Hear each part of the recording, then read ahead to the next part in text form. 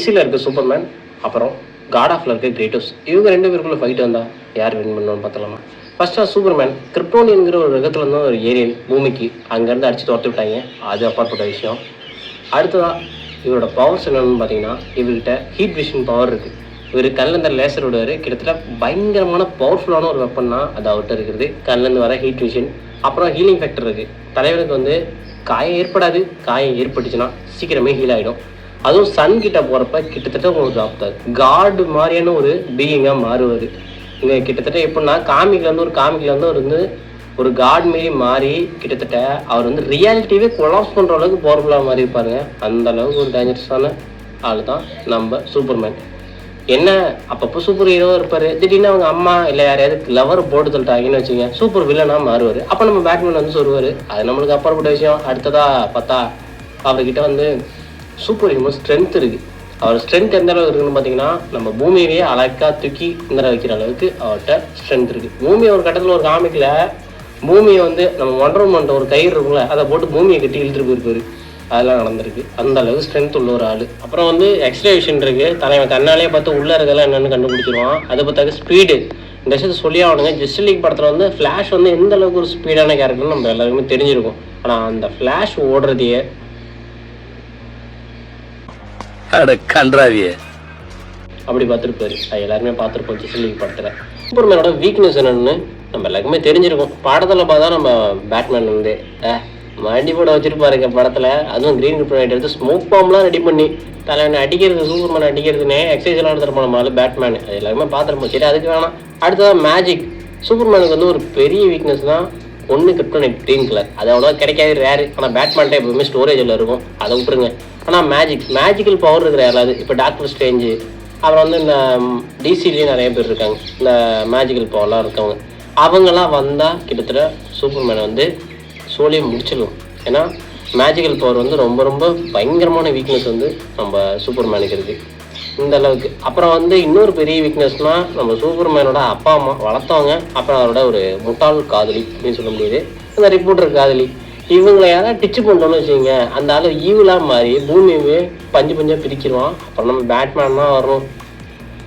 அடுத்தா நம்ம கிரேட்டோஸ் பக்கம் வந்தோன்னு வச்சுங்க, இவ்வளோ நேரம் நீ சொல்லிட்டு இருந்தே சார், அதெல்லாம் என்னன்னே தெரியாது ஆளு சார் நான் அப்படின்னு தான் சொல்லுவார். ஏன்னா ஸ்ட்ரென்த்தை வச்சுக்கிட்டோன்னு வச்சுங்க, சூப்பர் ஹியூமன் ஸ்ட்ரென்த்னா இங்கே சூப்பர்மேன்ட்ட சொன்னேன் ஓகே பூமியை தள்ளிடுவோம் அப்படின்னு. ஆனால் இங்கே குரோனோஸ்னு ஒருத்தன் வரப்பான் காட் ஆஃபரில் விளாண்டா எல்லாருக்குமே தெரிஞ்சிருக்கும். இங்கே பாருங்க, இதில் இந்த சைஸில் வந்து தலைவனை வந்து என்ன அடிக்கிறமோ அடிப்பான் விட்டுட்டு அந்த குரோனோஸ் எவ்வளோத்துக்கு தாத்தா. அதேமாதிரி கிரேட்டோஸோட பிறப்புலாம் எப்படி தரமா இருக்கும். கடவுளுக்கும் மனுஷனுக்கும் பிறந்தாலும் தான் கிரேட்டோஸ். இதோட குழந்தைய கொண்டாட்டியும் போட்டு தள்ளுவாங்க கடவுள்லாம் சேர்ந்து.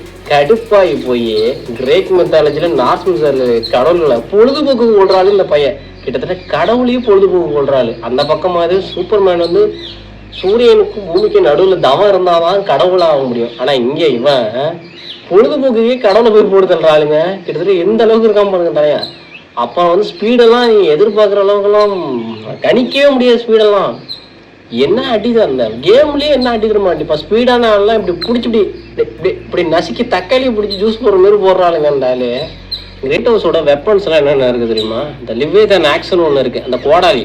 அது வந்து எந்த அளவுக்கு பவர்ஃபுல்லானது தெரியுமா? மேஜிக்கல் வெப்பனுங்க, பயங்கரமாக இந்த விஷயத்த நோட் பண்ணி ஆகணும். மேஜிக்கல் வெப்பன் அதுவும் லிவேதன் ஆக்சன். அது எந்த அளவுக்கு பவர்ஃபுல்னா, நம்ம தோர் இருக்கார்ல அவரோட மேல்மீற அளவுக்கான பவர் உள்ள ஒரு வெப்பன் அது. இது பத்தாதுக்கு ஒலிம்பஸ் கட்டி, அது யாரோட தெரியுமா? நம்ம ஆள் அவங்க அப்பா தான் ஜூஸ் அந்த ஜூஸோடது, அந்த ஜூஸ் பயலோட தான் அது. அதை எடுத்து நெஞ்சிலேயே சதக்கு கொண்டிருப்பாரு. அவ்வளோத்துக்கும் இருக்கிறதுலேயே ஒரு பவர்ஃபுல்லான காடு. அவரையே போட்டு தள்ளுற அளவுக்கு பவர்ஃபுல்லான ஒரு கேரக்டரு நம்ம கிரேட்டோஸ். சூப்பர்மேனாவது வீக்னஸ் இருக்கு, அவர் கொண்டுடலாம் அப்படின்னு சொல்லலாம். ஆனால் அதே நம்ம கிரேட்டோஸ் பக்கம் வந்தோன்னு வச்சுக்கோங்க, தலைவன் முடிஞ்சா என்ன டெத்துக்கிட்டே என்ன தெரியுமா சொல்லுவான், எனக்கு சாவர மூடு இல்லடா, நான் சாவரப்ப செத்துக்கிறேன், நான் சண்டை போடுவேன்னு அப்படின்னு வருவாங்க தலைவன். அது எத்தனை ஒரு அதுவும் கேம் விளையாண்டவங்களுக்கு எல்லாருமே தெரியும். செத்து செத்து செத்து செத்து அண்டர்வேர்லேருந்து திரும்ப வருவாங்க தலைவன். அண்டர்வேர்ல ஃபைட் பண்ணி திரும்ப வருவான். எப்படி நான் சாவர மூடு இல்லை, அப்புறமா வா டெத்தே அப்படி சொல்லுவான். இந்த ஆள் வந்து சூப்பர்மேன் டிஃபீட் பண்ணிடுவான்னு சொன்னால் நீங்கள் நம்புவீங்களா? இல்லை நான் தான் நம்புவேனா? யார் சாமி எங்கிருந்து வந்திருக்கான்? இப்போ ஃபைனலாக இந்த பக்கம் சூப்பர்மேன், இந்த பக்கம் கிரேட் ஹவுஸ் 2 பேரும் ஃபைட்டுக்கு இறங்கிட்டாங்க. பேட்டில் ஸ்டார்ட் ஆகுது. இதில் வந்து சூப்பர்மேன் டஃப் கொடுத்து ஃபைட் பண்ணுவார். கிட்டத்தட்ட தலைவன் என்ன அடிப்பான். அந்த பக்கம் கிரேட் ஹவுஸ் வந்து இருக்கிற வெப்பனை எடுத்து எல்லாம் வெப்பனும் மாஸ்டரியில் இருக்கிற வெப்பனு எல்லாத்தையும் கடவுள்களை போட்டு தள்ளுறதுக்கு, கடவுள்களை போட்டு தள்ளி அவங்கள்ட்டேருந்து எடுத்த வெப்பன் எல்லாம், அதுவும் இருக்கிற வெப்பன்லாம் ரொம்ப ரொம்ப ஸ்ட்ராங்கான வெப்பனுங்க. இந்த பக்கம் சூப்பர்மேன் டஃப் கொடுத்து ஃபைட் பண்ணுறாரு. சரி, இந்த பக்கம் என்ன தான் அடின்னு சூப்பர்மேன் அடித்தாலும் இந்த பக்கம் நம்ம கிரேட்டஸ்ட் ஒரு பெரிய ப்ளஸ் என்ன தெரியுமா இருக்குது, சூப்பர்மேனோட முக்கியமான வீக்னஸ் மேஜிக்கல் பவர். தலைவங்கிட்ட மேஜிக்கல் பவர் இருக்கிற எல்லாமே மேஜிக்கல் பவர் தான். ஏன்னா பாதி கடவுள் கிட்டத்தட்ட அந்த மேஜிக்கல் பவர் யூஸ் பண்ணாலே அந்த பக்கம் நம்ம சூப்பர்மேன் வந்து முடிஞ்சிடும், சாம்பல் ஆக்கி விட்டுட்டு போயிட்டே இருப்பான் தலைவன். சரி, இதே மாரி சூப்பர்மேன் வந்து இறங்கி அடிப்பார்ப்பா, விட்டுட்டு என்ன அடிப்பார்ப்பா. சூப்பர்மேன் இருக்கிற full power god level being அவர். அந்த அளவுக்கு ஆள் வந்து எப்படி தோற்றுருவார்னு நீங்கள் நினச்சாலும் சரி, நீங்கள் என்ன தான் முட்டு கொடுத்து நானே சூப்பர்மேனுக்கு முட்டு கொடுத்து பேசினாலும் சரி, அந்த இடத்துல கிட்டத்தட்ட இல்லை 70% வின் பண்ணுறது யாருன்னு பார்த்தீங்கன்னா கிரேட் ஹவுஸ் தான் இருக்கும். ஏன்னா இந்த பக்கம் வந்து மனுஷங்களை பார்த்ததுக்கு ஏலியன் கூட மற்ற மாதிரி இருக்கிற ஆளுங்கள்ட்ட சண்டை போடுற ஆளு ஒரு பக்கம். ஆனால் இங்கே பொழுதுபோக்கு கடவுளையும் கொள்கிற ஆளு. என்ன என்ன என்ன அரங்கா அப்படி என்ன அரங்கா அப்படின்னு தான் இருக்கும். இந்த பையனை நம்பி இந்த பையன்ட்ட ஆட்டம் கேட்டிருக்கே அப்படின்னு தான் இருக்கும் உண்மையிலே. நான் கிரேட் ஹவுஸ் வந்து சாவடிக்குன்னு சரி, சூப்பர்மேன் வந்து சாவடிச்சிட்டாரு, அப்படி சாவடிக்கிற அளவுக்கு போக விட மாட்டார் கிரேட் ஹவுஸ், அது தெரியும். பட் இருந்தாலும் ஓரளவு டெத்தே பண்ணிட்டானோ அங்கே டெத்து வந்து இப்படி கை கட்டிக்கிட்டு நீங்கள் போங்கப்பா அப்படின்னு தான் சொல்லுவோம் கிரேட் ஹவுஸ்.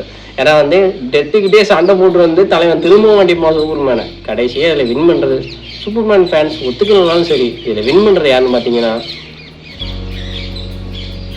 இவர் தான்.